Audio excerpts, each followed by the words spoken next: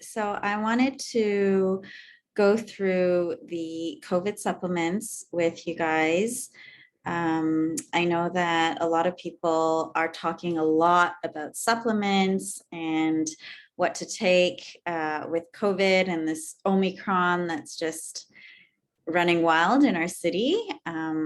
So this is going to be a little bit more, I guess I'll give a little bit more of a science background with the research that's happening around nutrients and supplements. And so hope you guys don't mind. It's going to be a little bit more formal, but I had prepared just some information for you guys. So I'm going to share the screen now and make sure you guys can see. So yeah, with COVID, there's a lot that we can do to protect ourselves. So it's just a, whoops. This is just a kind of like a brief of, what really happens when the virus, when we come in contact with the virus. So we have receptors on our cells, and the virus gets received in by these receptors. Then it's mixed with the DNA and the RNA, and then it replicates itself. And that's when, if you see in the number 4 slide, that's where you see a replication of the virus, and that's when the person is infected, and you get to see that the viral load will then start increasing.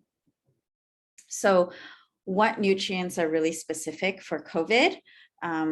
I, in a previous video, had talked about targeting 3 main categories, which is our immunity, inflammation, and then keeping our viral load low.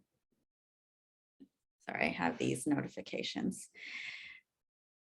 So immunity, we have many different supplements. It's not just vitamin C, D3, probiotics, zinc. There's many immune supplements that we all know of. Vitamin C, of course, is the one that's most talked about. Vitamin D3 as well, we know. And with COVID, because it is a lot of the reasons why some are more serious cases is because of inflammation that's in our body. And so this is why I'm also focusing a lot on inflammation. And this video, I'll be talking more about inflammation and the vitamins and the nutrients that help calm the inflammation, particularly in our lungs. And then it's viral load. So we want to keep our the virus load low. And to do that, there are actually really well-researched nutrients to help with this.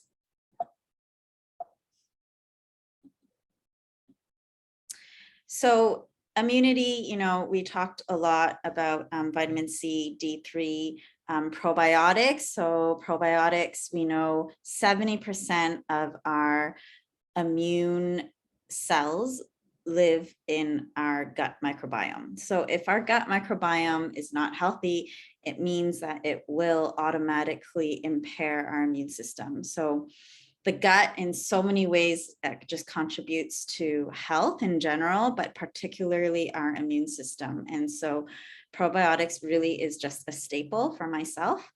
In terms of COVID, there's been some research surrounding D3, and deficiency in D3 could actually contribute to a more severe case of COVID seen in this graph here. So I'm not spending too much time on immunity for this video, because I wanted to touch more on inflammation, because that's really where we see serious cases. So there are many cases in our city which are very mild. I know people personally that don't even have symptoms, or they are maybe just a little bit have like a little bit of a cough or a cold kind of symptom. But the serious cases are really ones with like high inflammation. And so I want to focus more on, making sure that our inflammation inside our bodies are low. We don't have any, underlying inflammation. In general, many of us are inflamed just from the food that we eat, the stress, and this all causes inflammation. So I like to focus a lot more on inflammation.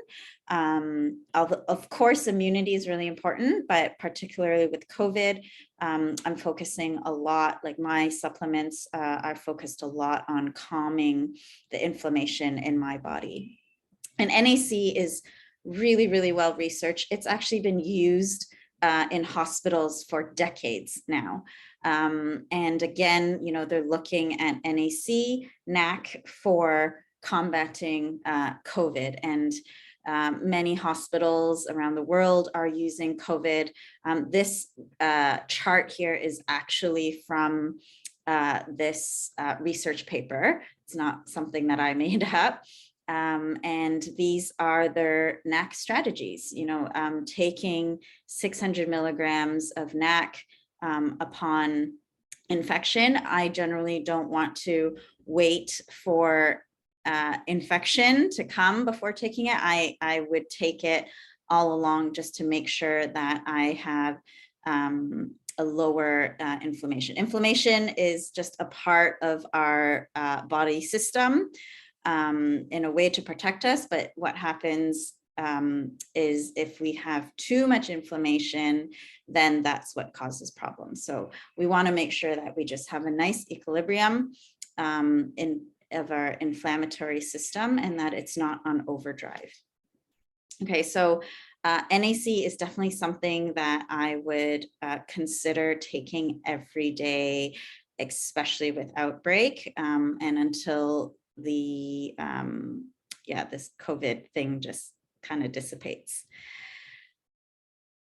Apart from NAC, D3 is also really well studied. I mentioned this graph here in the previous slide, but so D3 is great for the immune system and also to calm inflammation. So it does both. And that's why D3 is something also that I would take every day.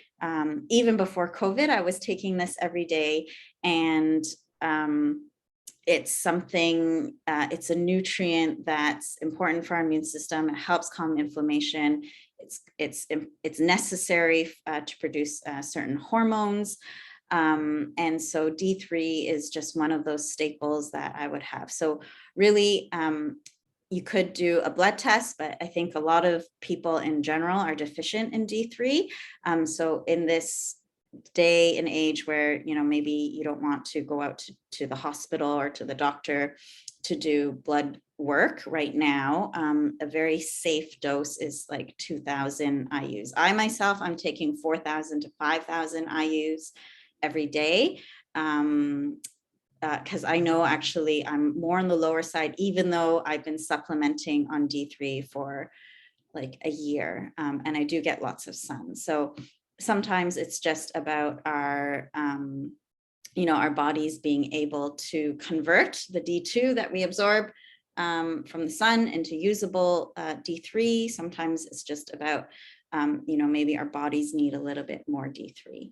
So these are two main nutrients I wanted to, just explain about targeting inflammation, NAC, NAC, and D3. And I hope that this has been helpful for you guys. And feel free to shoot me an email or leave a comment about any questions you might have surrounding these nutrients. And if there are other nutrients that you know of that you want to share, even things like curcumin, turmeric, these are all great to help lower inflammation.